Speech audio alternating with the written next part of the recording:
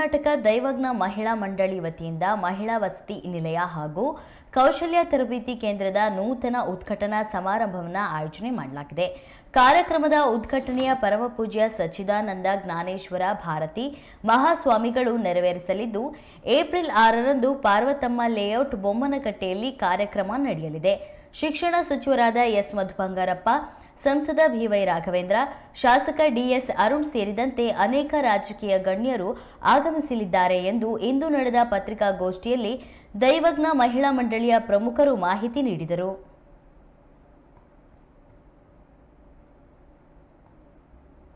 ರಾಜ್ಯಾದ್ಯಂತ ಎಲ್ಲೂ ನಮ್ಮ ಸಮಾಜದ ಮಹಿಳಾ ವಸತಿ ನಿಲಯಗಳಿಲ್ಲ. ಪ್ರಥಮ ಬಾರಿಗೆ ಶಿವಮೊಗ್ಗದಲ್ಲಿ ಪ್ರಾರಂಭಗೊಳ್ಳಲಿದೆ ಹಾಗೂ ಮಹಿಳೆಯರಿಗೆ ಜೀವನ ನಡೆಸಲು ಅನುಕೂಲವಾಗಲೆಂದು ಕೌಶಲ್ಯ ತರಬೇತಿ ಕೇಂದ್ರವನ್ನು ಕೂಡ ಉದ್ಘಾಟಿಸಲಾಗುವುದು. ಶಿಕ್ಷಣಕ್ಕಾಗಿ ಬರುವ ಯುವತಿಯರಿಗೆ, ಉದ್ಯೋಗಕ್ಕಾಗಿ ಬರುವ ಮಹಿಳೆಯರಿಗೆ ಅನುಕೂಲವಾಗಲಿದೆ. ಅಖಿಲ ಕರ್ನಾಟಕ ಮಹಿಳಾ ಮಂಡಳಿಯು 2015ರಲ್ಲಿ ಜನವರಿಯಲ್ಲಿ ಗುರುಗಳ ಅಮೃತಹಸ್ತದಲ್ಲಿ ಉದ್ಘಾಟನೆಗೊಂಡಿದ್ದು, ಈಗಾಗಲೇ ರಾಜ್ಯಾದ್ಯಂತ ಎಲ್ಲ ಜಿಲ್ಲಾ ಹಾಗೂ ತಾಲೂಕು ಮಟ್ಟದಲ್ಲಿ ಮಹಿಳಾ ಸಮಾವೇಶಗಳನ್ನು ನಡೆಸಿ ಮಹಿಳೆಯರಲ್ಲಿ ಜಾಗೃತಿ ಮೂಡಿಸಿ ಮಹಿಳೆಯರ ಸಮಸ್ಯೆಗಳಿಗೆ ಸ್ಪಂದಿಸಿ ಸಂಘಟನೆಯಾಗಿ ಪ್ರತಿ ವರ್ಷ ರಾಜ್ಯ ಮಟ್ಟದ ಸಮಾವೇಶಗಳನ್ನು ಶಿವಮೊಗ್ಗ ಅಲ್ಲದೆ ದಾವಣಗೆರೆ, ಶಿರಸಿ ಹಲವಾರು ಕಡೆ ನಡೆಸುತ್ತಿದ್ದು, ವಧುವರರ ಮಾಹಿತಿ ಹಾಗೂ ಕರಕುಶಲ ವಸ್ತು ಪ್ರದರ್ಶನ, ಮಹಿಳೆಯರಲ್ಲಿರುವ ಪ್ರತಿಭೆಯನ್ನು ಗುರುತಿಸಲು ಸಾಂಸ್ಕೃತಿಕ ಸ್ಪರ್ಧಾ ಕಾರ್ಯಕ್ರಮಗಳು, ಸಮಾಜದ ಸಾಧಕರಿಗೆ ಸನ್ಮಾನ, ಸಮಾಜದ ಬಡ ವಿದ್ಯಾರ್ಥಿಗಳಿಗಾಗಿ ವಿದ್ಯಾನಿಧಿ ಯೋಜನೆ, ಹೀಗೆ ಹಲವಾರು ಕಾರ್ಯಕ್ರಮಗಳನ್ನು ಯಶಸ್ವಿಯಾಗಿ ನಡೆಸುತ್ತಾ ಬಂದಿದೆ.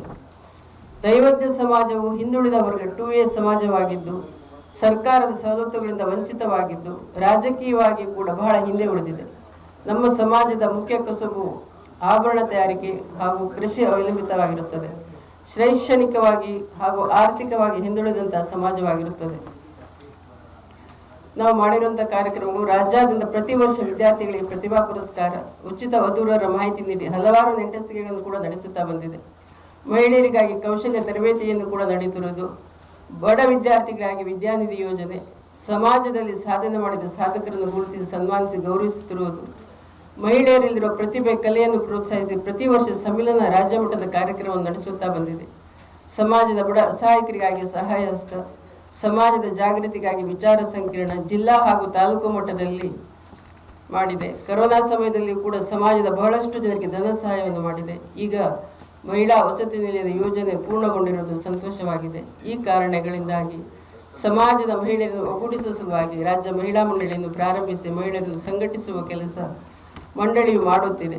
ಮಹಿಳೆಯರ ಸಬಲೀಕರಣ ಬಗ್ಗೆ ಹಾಗೂ ಮಹಿಳೆಯರು ಸ್ವಹ ಉದ್ಯೋಗಗಳನ್ನು ನಡೆಸಲು ಶಕ್ತರಾಗುವಂತೆ ಶಿಕ್ಷಣಕ್ಕೆ ಒತ್ತನ್ನು ಕೊಡೋದಕ್ಕೋಸ್ಕರ ಸಮಾಜದ ಪ್ರತಿಭಾವಂತ ಮಕ್ಕಳಿಗೆ ಪ್ರತಿಭಾ ಪುರಸ್ಕಾರ, ಜೊತೆಗೆ ನಮ್ಮ ಸಮಾಜವು ರಾಜಕೀಯ